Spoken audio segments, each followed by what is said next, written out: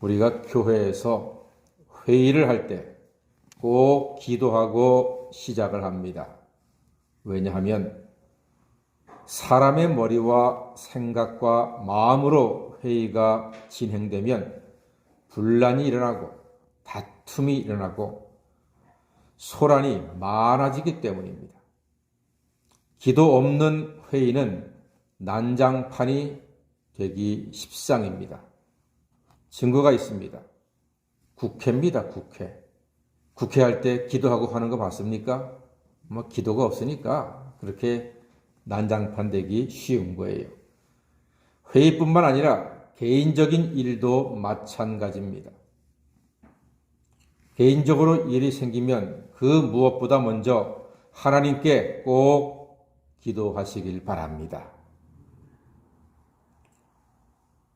하나님의 약한 것이 세상의 강함을 이기고 하나님의 미련한 것이 세상의 지혜보다도 훨씬 더 강하고 이길 수 있습니다. 욥이 자기를 신방온 친구들과 아무리 이야기를 해도 답이 안 나옵니다. 답답하지요. 속만 뒤집어지고 친구들은 위로한다고 하는 말이 정죄하는 말로 욥의 속만 잔뜩 뒤집어 놓습니다. 답이 안 나와요. 시원함이 없어요. 친구들과 이야기한들 길이 안 보여요. 어떻게 해야 할지 더욱더 오리무중이 되고 마는 겁니다. 그래서 욥이 하는 말이 마침내 3절을 그가 선포합니다. 결심한 거예요. 3절 말씀 다 같이 읽어보겠습니다. 시작. 참으로 나는 전능자에게 말씀하려 하며 하나님과 변론하려 하노라. 그렇습니다. 이 말은요, 하나님께 기도하겠다는 뜻입니다. 내가 나를 찾아온 친구 너희들과 함께 이런 얘기 저런 얘기 주고받아봤자 답이 안 나온다. 가슴만 답답하고 더욱더 내 눈만 어두워지고 도대체 내가 어떻게 살아가야 할지 모르겠다. 이제 나는 하나님께 말씀하려고 한다. 나는 하나님께 기도하겠다는 뜻입니다. 그렇습니다. 하나님은 우리가 따지는 대상이 아닙니다. 하나님은 우리가 민원을 제기하는 기관도 아닙니다. 나의 모든 삶을 다 아시고 통치하시고 인도하시는 하나님께 아뢰고 도우심과 인도를 구할 때 우리의 인생이 온전한 길로 나아가게 될 줄로 믿습니다. 욥이 한참 동안 친구들과 변론한 후에 이렇게 정색하며 바뀌게 된 이유가 무엇입니까? 욥이 확실하게 아는 것이 있기 때문입니다.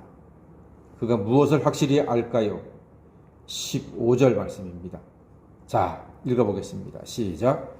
그가 나를 죽이시리니 내가 희망이 없노라.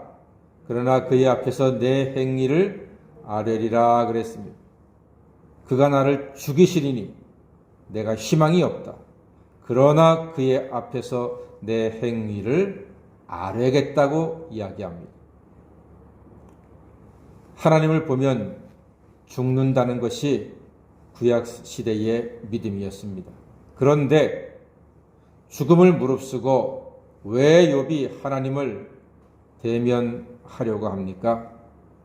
16절 말씀 다 같이 읽어보겠습니다. 시작.